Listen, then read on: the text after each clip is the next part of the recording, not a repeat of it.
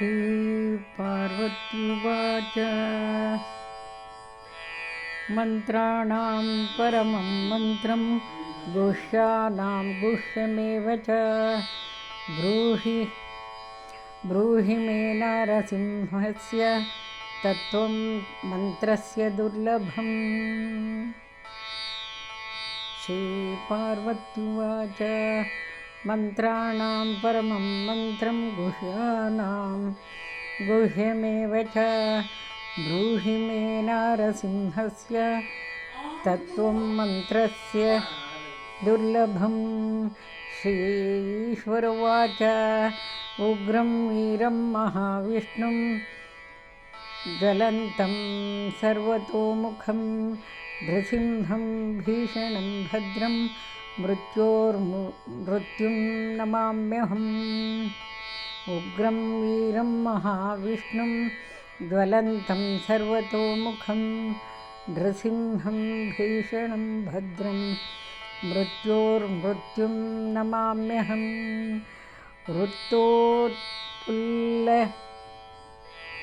विशालाक्षं विपक्षक्षयदीक्षितं निनादस्त्रस्तविश्वाण्डं विष्णुम् उग्रं नमाम्यहम्।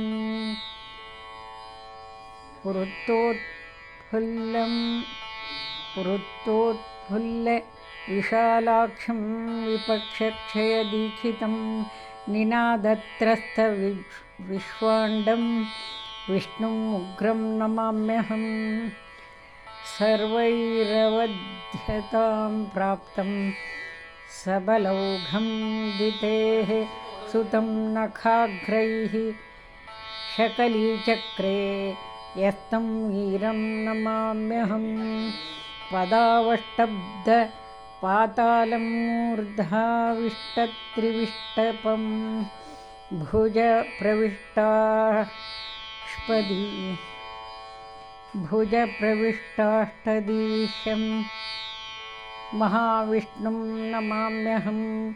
ज्योतिंष्यकेन्दुनक्षत्र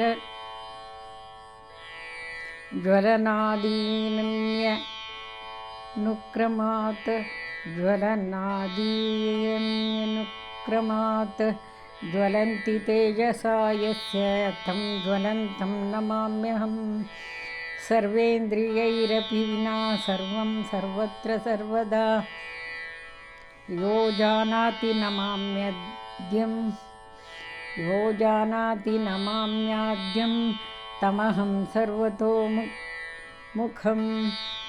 नरवत् सिंहवच्चैव यस्य रूपं महात्मनः महासटं महादंष्ट्रं तं नृसिंहं नमाम्यहम्।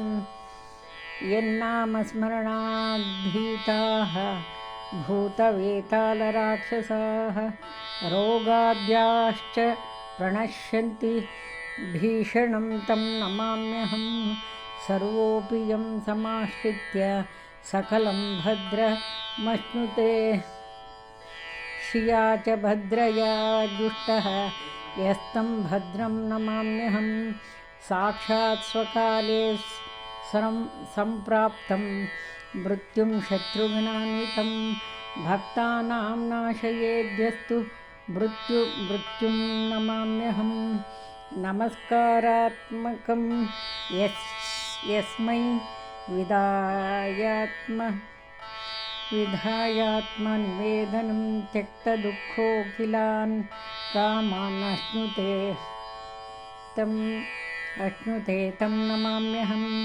दासभूताः स्वतः सर्वे हि आत्मनः परमात्मनः अथोऽहमपि ते दासः इति मत्वा नमाम्यहम्। शङ्करेणादरात् प्रोक्तं पदानां तत्त्वनिर्णयं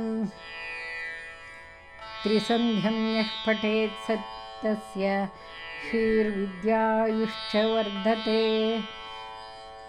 इति श्रीलक्ष्मीनरसिंह मंत्र राजपथस्तोत्रम् सम्पूर्णं सन्मङ्गलानि भवन्तु।